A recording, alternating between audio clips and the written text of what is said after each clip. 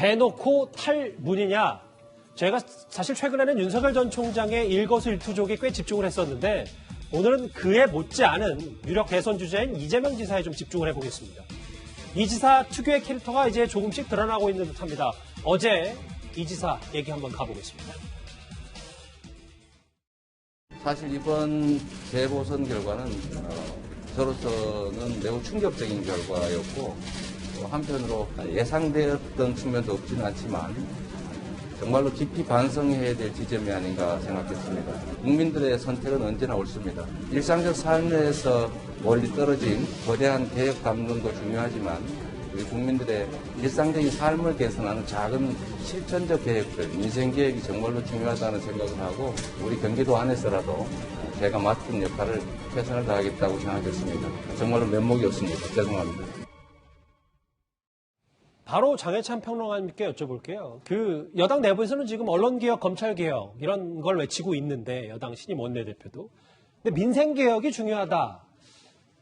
이게 지금 이재명 지사가 본격적으로 여당과 거리두기 시작했다고 봐도 되는 겁니다. 네, 저는 차별화 메시지 핵심이 민생개혁이라는 단어로 축약된다고 보여지는데 이번에 신임 윤호중 원내대표나 3명의 당권 주자 모두 언론개혁, 검찰개혁 계속해서 드라이브를 걸겠다는 입장을 보이고 있습니다. 재보궐선거 패배했음에도 불구하고 이들은 민심을 개혁 잘 못해서 민심의 회초리를 때린 것이다 이렇게 판단하고 있는데 여기에 대해서 이재명 지사가 민생개혁이 중요하다는 이야기를 했고 이 같은 의견을 윤호중 원내대표에게도 전했다고 기자들에게 밝혔거든요. 그 말은 국민 피부에 체감되지 않는 검찰개혁이나 언론개혁 같은 형 이상학적 주제가 아니라 실제로 피부에 와닿는 먹고 사는 문제에 대해서 여당이 더욱더 신경을 써야 된다는 메시지입니다. 바꿔 말하면 그동안 언론개혁이나 검찰개혁에 지나치게 매진했던 여당 내 강경파 의원들, 강성 친문 의원들에게 이제는 그 방식으로는 안 된다는 메시지를 던진 것이기 때문에 이렇게 재보궐 패배 이후에 조금씩 대선 주자로서의 존재감을 나타내면서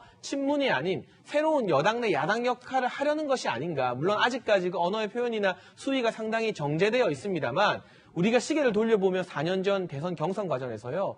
이재명 지사가 정말 매섭고 차갑게 문재인 대통령을 당시에 몰아붙였었거든요. 예. 그때 이재명으로 조금씩은 돌아가는 것이 아닌가 싶은 그 첫걸음이 이제 나오기 시작했다고 보여집니다. 예. 그런 맥락에서 보면 어제 이 지사가 여당의 친문 강성 지지자들에게 이런 발언을 하기도 했습니다. 같이 들어보겠습니다. 정치 세계에는 다양한 의견들이 있고 또 입장이 서로 다를 수 있기 때문에 의견도 다양할 수밖에 없습니다. 과잉 대표되는 측면이 있고 과잉 반응하는 측면이 있기 때문에 그런 점들을 좀 의례 있는 일상의 일부다 이렇게 생각해 주시면 좋겠다는 생각이 듭니다. 신경 안 쓰면 아무것도 아니지 않습니까? 그리고 뭐 제가 들어본 바로는 한 1000개쯤 차단하면 안 들어온다고 합니다. 예, 이동희 의원님. 네. 어제 저희 뉴스탑10에서 이 얘기 짧게 짚어보긴 했었는데 강성 지지자들의 문자폭탄 신경을 안 쓰면 아무것도 아니지 않냐. 1000개쯤 차단하면 안 들어온다고 한다라는 발언에 대해서 오늘 당내에서도 여러 갑론을박이 있었는데 특히 이제 화면에 좀 나갈 텐데요. 실제로 일부 지지자들은 열심히 해라는 당원에게 가만히 있으라고 말하는 건 감정 싸움하자는 것이다. 당내에서도 이 지사를 향해서 좀 비판이 있는 것 같습니다. 뭐 민주당에서 정치하려면 저 정도 배짱은 뭐 있어야 되는 거 아니겠습니까? 방송 들어오기 전에 그 이재명 지사 쪽에 전화해서 아니 어제 한 얘기는 뭡니까? 뭐 차별화하는 거요? 물어보니까 바로 아니 그렇게 봐야지 이렇게 나오더라고요. 어허. 그러니까 뭐 별로 숨기지 않습니다. 그리고 친문 강성 지지자들한테 별로 신경 안 써요. 지금 이재명 지사는 쉽게 말하면 친문 그룹하고 어떤 그 정치적 딜이라고 할까요? 이 정도로 생각하고 있습니다. 민주당 내에 이재명 지사로 가는 게 불가피한 거 아니야? 지금 이낙연 그 전 총리 지지율이 굉장히 떨어지고 정세균 전 총리는 어떻게 될지 모르는데 좀 불가피한 측면이 있는 거 아니야? 이런 생각을 가진 사람이 있고 또 한쪽에서는 절대 이재명 지사는 안 된다. 이런 생각을 고수하는 분들이 있어요. 그래서 이재명 지사는 어쨌든 그 이번에 윤호중 친문 강성이라는 분이 그 원내대표에 임명됐기 때문에 대표에는 그래도 보다 좀 친문색이 엷은 분이 될 가능성이 있고 그렇게 되면은 대선 경선에서 그렇게 아주 불리하지는 않을 거다. 그리고 이해찬 전 대표가 어떤 그 뒤에서 병풍 같은 역할을 해주면 충분히 친문 강성 지지자들 제압하고 대통령 후보가 될 수 있다. 이 정도 그 계산을 하는 것 같고 그런 차원에서 어제 얘기한 것 중에 가장 핵심이 뭐냐면 1가구 2주택도 가능하다. 주택은 생필품이다.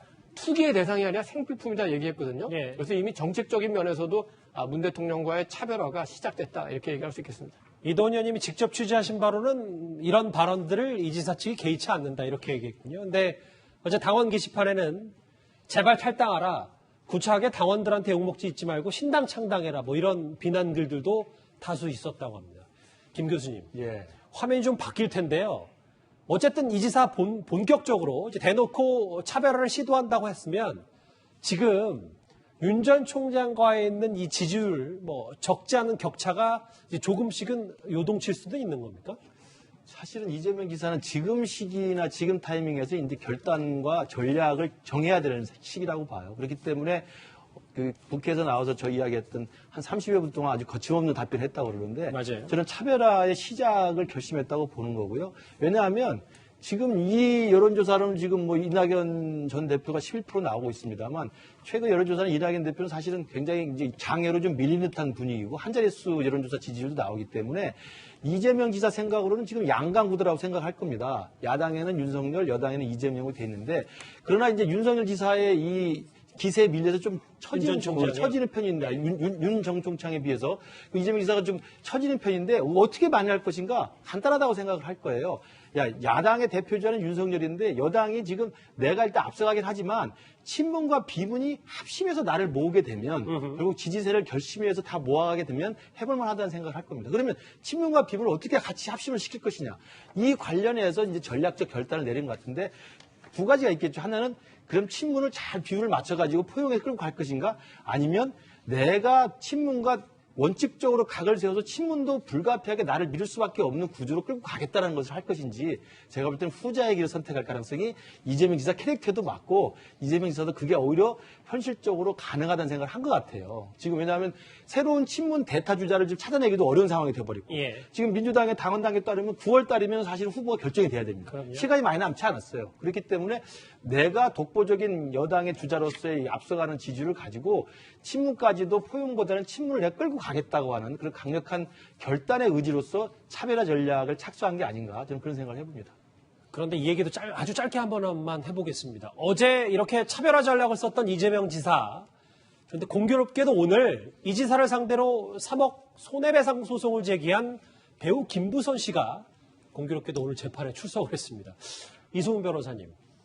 정말 도덕적 흠결은 숙제인지 아니면 뭐 김부선 씨와 관련된 손해배상 관련 건은 이 지사와는 전혀 별개의 문제라고 볼 수도 있는 건지 이거 좀 어떻게 저희가 해석하면 될까요? 일단은 그 대리인이 강용석 변호사더라고요. 맞아요. 굉장히 정치적인 의도로 접근했다고 생각을 하고요. 아하. 그리고 3억 원이라는 손해배상을 인정되기가 쉽지 않은데 굉장히 많은 금액을 했는데 여배우 스캔들의 어떤 근거가 전혀 없는 상태에서 저렇게 액수만 부풀려서 여론에 보여주기식의 어떤 재판이라고 생각하고요. 이재명 지사 같은 경우는 대법원에서 무죄 판결이 났고 여러 가지 문제에 대해서 법률적인 어떤 소명이 이미 다 이루어진 상태입니다. 그럼에도 불구하고 어떤 강용석 변호사가 좀 정치적인 의도로 이런 재판을 진행하고 있지 않느냐 이런 생각이 들고 예. 뭐 국민보다 더 무서운 게 있겠습니까? 국민의 지지가 있으면 또 이재명 지사에게 이런 문제든 어떤 문제든 뭐 해결할 수 있는 방법이 있지 않을까 싶습니다. 예. 근데 정치적으로 이런 부분은 한번 생각해 봐야 돼요. 이 민사 소송이 법적으로 어떤 결과를 낳을지는 제가 예단하지 못하겠습니다. 하지만 다른 대선 주자들에게 없는 굉장히 찾아보기 드문 형태의 스캔들이긴 하거든요. 그렇다면 야당에서 유력한 대선 주자가 나왔을 때 그게 윤석열 전 총장이든 제3의 인물이 되었건 분명히 여당에서 네거티브를 할 겁니다. 이번 서울시장, 부산시장 재보궐선거처럼. 그런데 그러한 네거티브 도덕성 공격이 이재명 지사가 갖고 있는 이런 여러한 스캔들 때문에 제대로 안 먹힐 수가 있어요. 그래서 이러한 김부선 씨의 소송이나 이재명 지사와 관련된 스캔들이 그 자체로 치명적이라기보다는 여당이 야당의 새로운 후보에게 가할 수 있는 네거티브가 국민들 보기에 어차피 다 서로 간에 지금 뭐 완전히 도덕적으로 무결한 사람은 없는 것 아니냐 이런 식으로 물타기 흐려질 수 있기 때문에 여당 입장에서는 이재명 지사가 최종 후보가 된다면 네거티브라는 강력한 무기 하나를 포기해야 될 수도 있다. 그런 부분은 분명히 취약점이라고 생각됩니다. 대놓고 탈 문재인을 선언한 건 아니냐라는 분석이 나오고 있는 이재명 경기도지사 얘기해봤습니다. 다음 주제 오랜만에 이 인물 이슈도 짚어봐야 될 것 같습니다.